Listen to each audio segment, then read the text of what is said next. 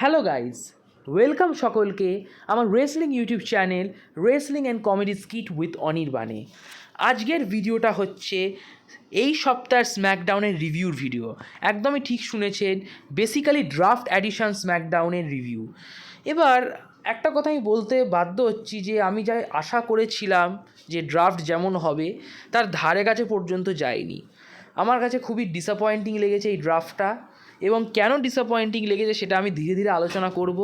But আগে basic কী কী হয়েছে সেগুলো নিয়ে বলতে থাকি। সো ফার্স্টে শো শুরু হয় কোডি রোডস আর এজে স্টাইলকে দিয়ে, কারণ ওদের মধ্যে কন্ট্রাক্ট সাইনিং হবে। আর আমার দেখা বিশ্বের সবচেয়ে ফালতু কন্ট্রাক্ট সাইনিং হচ্ছে এটা। এজে স্টাইলস একটা হিল ক্যারেক্টার, ওর কোডিকে পিটিয়ে দেওয়া উচিত, ওর বাবার নামে শ্রাদ্ধ করে দেওয়া উচিত। সেখানে এজে স্টাইলসও রেসপেক্ট দেখালো কোডিকে, সো আমার খুব বোরিং লাগলো। যাই হোক, তো এইখানে বেসিক্যালি দুজন রেসপেক্ট দেখিয়েছে একে অপরকে, আর একটু ছোটোখাটো ডায়লগবাজি করেছে, যার মধ্যে বেসিক ব্যাপার যেগুলো ছিল সে হচ্ছে যে এজে স্টাইলস স্বীকার করেছে যে কোডি রোডস আর ওদের দুজনেরই রাস্তা অনেকটা সেম। দুজনকেই বিভিন্ন বাইরের রেসলিং প্রমোশনে খেলতে হয়েছে, সেখানে গিয়ে নাম কামিয়েছে, তারপর তারা ডাব্লিউডাব্লিউতে এসছে। আর এজে স্টাইলস এটাও বলেছে যে আমি ডাস্টি রোডসকে চিনি, তোমার বাবা ডাস্টি রোডস আমাকে অনেক উপদেশ দিয়েছিল। তবে আমি একটা কথা বলে রাখি কোডি, যে আমি হব নেক্সট চ্যাম্পিয়ন, কারণ আমি ফেনোমেনাল ওয়ান, তুমি এখনও ফেনোমেনাল কাউকে ফেস করোনি। যার উত্তরে কোডি বলে ওয়েল দেখা যাবে। আর কোডি এটাও বলে যে এটা একটা ড্রিম ম্যাচ, বাট আমার কাছে ড্রিম ম্যাচের থেকেও বড় কিছু, এটা আমার কাছে একটা মাস্ট উইন ম্যাচ। কারণ এজে স্টাইল তোমাকে হারাতে পারলে আমার চ্যাম্পিয়নের যে ক্রেডিট মানে এটা রয়েছে, তকমাটা রয়েছে, সেটা আরও স্ট্রং হবে। তারপর দুজনে হ্যান্ডশেক করে নেয়, বেটার ম্যান যে সেই জিতবে ব্যাকল্যাশে, এরকম একটা ব্যাপার। আর এটাই ব্যাপার যে কন্ট্যাক্ট সাইনিংটা আরেকটু বেটার হতে পারতো, লাইক টেবিল ব্রেকিং বা সামান্য একটা ইন্টেন্স ব্যাপার, বাট সেরকম কিছুই দেখলাম না। জাস্ট একে অপরের তারিফ করে গেল। যাই হোক, তারপর দুজন হ্যান্ডশেক করা, তারপর কোডি রোডস যেই যেতে যাবে ট্রিপল এইচ ডেকে নেয় আর বলে কোডি ভাই চলো আমরা ড্রাফট করি। সো কোডি রোডস স্ম্যাকডাউনের প্লেয়ারদের নাম বলে আর ট্রিপল এইচ রয়ের প্লেয়ারদের নাম বলে। আর এই স্ম্যাকডাউনে আমরা দেখেছি 4টে রাউন্ড হয়েছে টোটাল ড্রাফট পিকের। 4টে রাউন্ডে আমার খুব ভাইয়াত লেগেছে। প্রথম রাউন্ডে কোডি আর ট্রিপল এইচ ছিল। সেকেন্ড রাউন্ডে রর পক্ষ থেকে ছিল টোরি উইলসন আর স্ম্যাকডাউনের পক্ষ থেকে মিশেল ম্যাককুল। থার্ড রাউন্ডে ছিল বাবা আর ডিভন। এদের মধ্যে কে র কে স্ম্যাকডাউনের আমি ভুলে গেছি, মনে রাখতে চাই না, তেমন আহামরি কিছু ইম্পর্টেন্ট নয়। আর নাম্বার 4th রাউন্ডে আমরা স্ম্যাকডাউন থেকে পাই টেডি লংকে আর র থেকে পাই জেবিএলকে। এবং এখানেই আমার প্রবলেম, যে আগে যেরকম ড্রাফট হতো, লাইক 2016-তে যে ড্রাফট হয়েছিল, লাইক শেন ম্যাকম্যান আর স্টেফানি ছিল আর জেনারেল ম্যানেজাররা ছিল, সেই রকম ড্রাফট চাই আমি। কি বারবার লোক চেঞ্জ হচ্ছে, এর রিপ্রেজেন্টেটিভ ওর রিপ্রেজেন্টেটিভ, এটা নতুন শুরু করেছে ডাব্লিউডাব্লিউই, যেটা আমার কাছে খুব বেকার লাগে। যাই হোক, তো প্রথম রাউন্ডে বিয়াঙ্কা বেলেয়ার হচ্ছে ফার্স্ট পিক। লাইক সিরিয়াসলি, এতজন প্লেয়ার থাকতে বিয়াঙ্কা বেলেয়ারকে ফার্স্ট স্ম্যাকডাউন চুজ করলো। দেন র চুজ করলো জে উসো। দেন এনএক্সটি থেকে কার্মেলো হাইজ আসে স্ম্যাকডাউনে, আর সেথ রলিন্সকে চুজ করে র। আর এখানেই দেখা যাচ্ছে যে সেরকম কিছু চেঞ্জই হয়নি। ড্রাফটের মেন উদ্দেশ্যই হচ্ছে শেক আপ করা, মানে নতুন কিছু একটা করা, রস্টারটাকে একটু চেঞ্জ করা, অন্য শোয়ের প্লেয়ার অন্য শোতে আনা। সেখানে কার্মেলো হেইস একমাত্র যে এনএক্সটি থেকে এসছে রাউন্ড 1-এ, আর বাকি 3টে সেম। লাইক রলিন্স রতে ছিল, রতেই আছে। বিয়াঙ্কা স্ম্যাকডাউনে ছিল, স্ম্যাকডাউনেই আছে।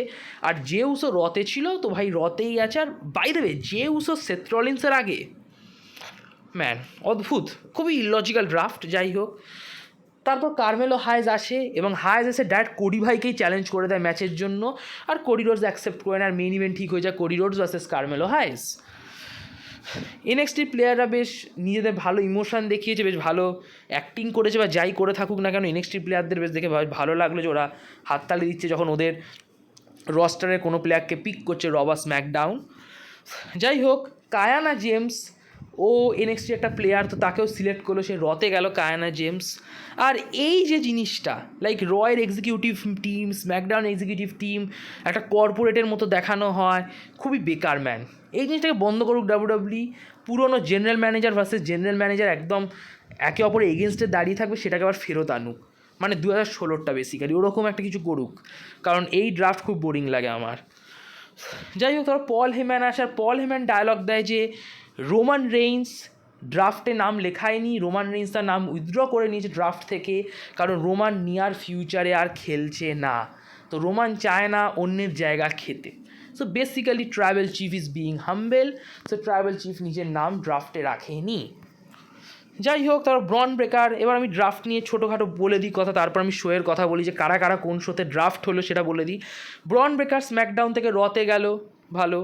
এজে স্টাইল স্ম্যাকডাউনেই থাকলো, অ্যালফা একাডেমি রতেই থাকলো, রিকোশের রতেই থাকলো, এলে নাইট স্ম্যাকডাউনেই থাকলো, শেমাস রতেই থাকলো, আন্দ্রাদে স্ম্যাকডাউনে এলো। সো বেসিক্যালি আন্দ্রাদে একটা চেঞ্জ হলো, আর আমাদের ব্রন ব্রেকার, আর কার্মেলো অবশ্যই, আর কায়ানা জেমস, তো চারটে।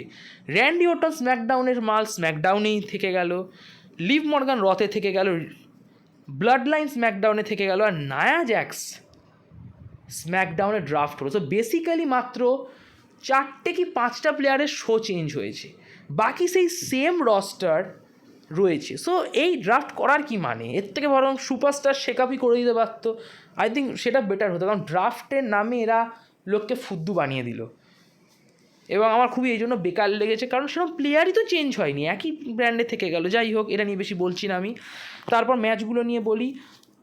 একটা ট্যাগ টিম ম্যাচ হয়, লিগাদো দেল ফ্যান্টাসমা ভার্সেস রে মিস্তেরিও আর ড্রাগন লি। বেশ ফান ম্যাচ, কারণ সবাই হাই ফ্লায়ার, সবাই বেশ ভালো ট্যালেন্টেড। তবে ম্যাচটা যেতে হচ্ছে রে মিস্তেরিও আর ড্রাগন লি। যখন ড্রাগন লি তার ফিনিশিং মুভ দেয় তোমার কী নাম, এঞ্জেল গার্জাকে, তো ম্যাচ শেষে লিগাদো দেল ফ্যান্টাসমার লিডার স্যান্টোস এসকোবার রিভিল করে রে মিস্টেরিওকে যে ওর কাছে একটা ভিডিও ফুটেজ রয়েছে, এবং সেই ভিডিও ফুটেজে জানা যাবে আসল কালপ্রিট, এবং সেই আসল কালপ্রিট যে ড্রাগন লিকে রেসেলমেনের আগে পিটিয়ে ইনজিওর করে দিয়েছিল। তো রে মিস্তেরিও তো ভাবতো ওটা স্যান্তোস ভাই করেছে, বাট স্যান্তোস বললো না, আমি মিথ্যেবাদী নই, আমি যা খুশি হতে পারি, বাট আমি মিথ্যেবাদী নই রে, আমি অ্যাটাক করিনি, আমার কাছে প্রমাণ আছে। তো প্রমাণে দেখা গেছে কার্লিতো ভাই ড্রাগন লিকে অ্যাটাক করেছিল রেসেলমেনিয়ার আগে। তো কার্লিতো তো এক্সপোজ হয়ে গেল সবার সামনে। তো ভাই কার্লিতো আর ক্ষমা টমা চায়নি, কার্লিতো লিটারালি ড্রাগন লিকে পিটিয়েই দিল আরেকবার ব্যাকস্ট্যাবার দিয়ে দিল, আর কার্লিতো পালিয়ে গেল রিং ছেড়ে। সো বেসিক্যালি কার্লিতো হিল টার্ন নিল। ফাইনালি আমরা ভিলেন কার্লিতোকে দেখব, দেখা যাক কী প্ল্যান করে রেখেছে ডাব্লিউডাব্লিউ কার্লিতোর জন্য। যাই হোক, ব্যাকস্ট্যাবারটা দারুণ, কিন্তু এই ফিনিশিংটা আমার খুব ভালো লাগে। যাই হোক, তারপর আমরা ব্রন ব্রেকার ভার্সেস সেড্রিক আলেকজান্ডারের ম্যাচ দেখেছি, যেটা একটা বেসিক্যালি স্কোয়াশ ম্যাচ। 2-3 মিনিটের মধ্যে ব্রন ব্রেকার সেড্রিক আলেকজান্ডারকে ধুয়ে দিল পুরো, আর ব্রন ব্রেকার ম্যাচটা জিতল। তো ভাই তো এখন রতে আমরা ব্রন ব্রেকার এরকম স্কোয়াশ ম্যাচ দেখতে থাকবো। দেন পল হেম্যান আসে। পল হেম্যান খুব চিন্তিত, কারণ পল হেম্যান তোমার সোলো আর টামাকে নিয়ে খুব চিন্তিত। সোলো বলে যে আমরা কোথায়, তো পল তখনও সোলো আর টামাকে পিক করেনি, সোলো আর টামাকে পিক করা হয়েছিল 3rd রাউন্ডে, আর এটা ঘটে হচ্ছে 2nd রাউন্ডের সময়, 2nd রাউন্ডের পরে, 3rd রাউন্ডের আগে। তো সোলো তো খুব রেগে যায় যে এখনও সোলো আর টামাকে কেউ চুজ করলো না। যাই হোক, সেখান থেকে কেভিন ওভেন্স আর তামার মধ্যে একটা মারপিট চলতে লাগলো, আর তারপর আমরা রিংয়ের ভেতর দেখি ওখানে বিয়াঙ্কা বেলেয়ার, জেট কার্গিল একদিকে দাঁড়িয়ে, আর একদিকে কাবুকি ওয়ারিয়ার্স, ওরা দুজন দাঁড়িয়ে, Asuka Kairi Sane. Basically Backlash একটা ম্যাচ হবে, tag team match for the women tag team title, Bianca Jade Cargill versus Asuka Kairi Sane. আর আমার মনে হয় একদম পারফেক্ট চ্যালেঞ্জার বিয়াঙ্কা আর জেট কার্গিলের হয়ে ওঠা উচিত উমেন ট্যাগ টিম চ্যাম্পিয়ন, কারণ আসকার কাইরি সেন আমার মনে হয় না চলছে আর কারো ভালো লাগছে। যাই হোক, এরই মাঝে দেখা যায় যে কেভিন ওভেন্স ওদের মাঝখান দিয়ে ঢুকে যায়, এবং কেভিন ওভেন্স তামাতঙ্গাকে ঘুষি মারতে থাকে, পেটাতে থাকে, বাট সোলো এসে কেভিনকে পিটিয়ে দেয়, যার কারণে কেভিন আবার ঘায়েল হয়ে যায়। সোলো আর টামা দুজনে মিলে কেভিনকে পেটাতে থাকে। তো সিকিউরিটিরা আসে, টামার সিকিউরিটিদেরকেও পিটিয়ে দেয়। বাই দ্য ওয়ে, ডাব্লিউডাব্লিউ সিকিউরিটিতে চাকরি পাওয়া খুব সোজা, আই গেস, লাইক যে কেউ পিটিয়ে দেয়, মানে একটু টেস্টও নেয় না এদের কারোর, মনে হয় যে যায় আর বলে আমি চাকরি করতে চাই, ওরা দিয়েও দেয় চাকরি, কারণ ভাই তোমরা সিকিউরিটি গার্ড, তোমরা মার খাও কী করে প্লেয়ারদের কাছ থেকে। যাই হোক, তো তামা ভাই তো খুব পিটিয়ে দিল সিকিউরিটিদেরকে। তারপর র্যান্ডির মিউজিক বাজে, র্যান্ডি আসে কেভিন ওভেন্সকে বাঁচাতে। সো র্যান্ডি আর কেভিন ওভেন্স অফিসিয়ালি একটা tag team, RKO I think Randy আর কেভিন ওভেন্স, আর সোলো আর তামা তো রয়েইছে, এবং এই ম্যাচটাই ব্যাকল্যাশের জন্য অফিসিয়াল করে দেওয়া হয় tag team match, blood line versus team RKO. তারপর আমরা বেলিকে দেখি।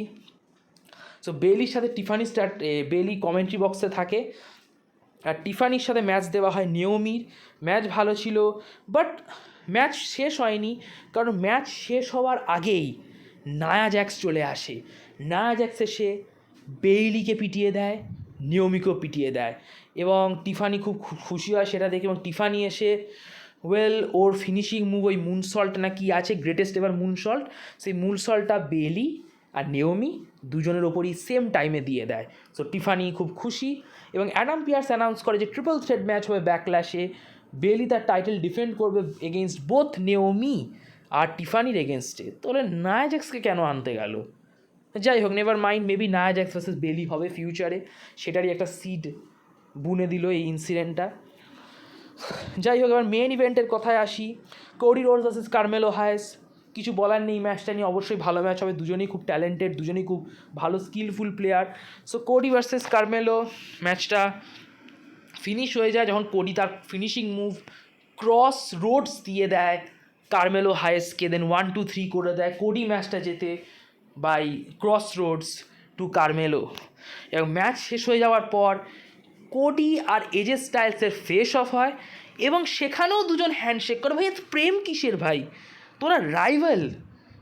এক সপ্তাহ পর 5 তারিখ মে মাসে ব্যাকল্যাশে খেলা তোদের মধ্যে, আর তোরা এইসব কী দেখাচ্ছিস? খালি হ্যান্ডশেকই করে যাচ্ছে। যাই হোক, তো কোডি আর এজে স্টাইলস আর একটা হ্যান্ডশেক করে শো শেষ করে দেয় কোডি আর স্টাইলস। যাই হোক, এখানেই স্ম্যাকডাউন শেষ। বলবো যে খুবই প্যাথেটিক এপিসোড, কারণ ড্রাফট এরম হলে মজা আসে না ম্যান। এটা যদি ড্রাফট ছাড়া করতো, লাইক নর্মাল স্ম্যাকডাউন হতো, আমি বলতাম ডিসেন্ট এপিসোড, কারণ ম্যাচগুলো ভালো ছিল। কার্লিতোর হিল টার্নও দেখতে পেলাম আমরা। বাট যেহেতু এটা ড্রাফট স্পেশাল এপিসোড, তাই এপিসোডটা ড্রাফটের দিকে যদি মানে আরও বেশি নজরটা থাকতো, তাহলে হয়তো আরও বেশি ভালো লাগতো, আর ভালো ড্রাফট দেখালেও হয়তো ভালো লাগতো। কারণ ড্রাফটের নামে এরা একই প্লেয়ার সেম জায়গায় রেখে দিয়েছে, শুধু 3-4টে ছোটো ছোটো মাইনর চেঞ্জ করেছে, এমন আহামরি কিছু চেঞ্জ হয়নি রস্টারের।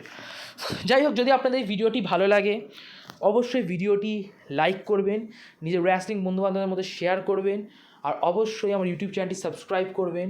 আপনাদের সাপোর্টের খুব দরকার। প্লিজ আমার ইউটিউব চ্যানেলটি সাবস্ক্রাইব করুন, আর নোটিফিকেশান বোতামে অবশ্যই ক্লিক করবেন, যাতে সময় মতো আপনারা আমার ভিডিওর আপডেট পেয়ে যান। আর প্লাস কমেন্ট বক্সে অবশ্যই কমেন্ট করবেন, এতে আপনারা আপনাদের অপিনিয়ন জানাবেন, এতে কমিউনিকেশন বাড়ে। আর আপনারাও জানাবেন যে আপনাদের ড্রাফট এপিসোড কেমন লাগলো। তো এটাই, like, share, subscribe, click on the notification bell, and comment বক্সে কি কমেন্ট। নমস্কার, গুড বাই।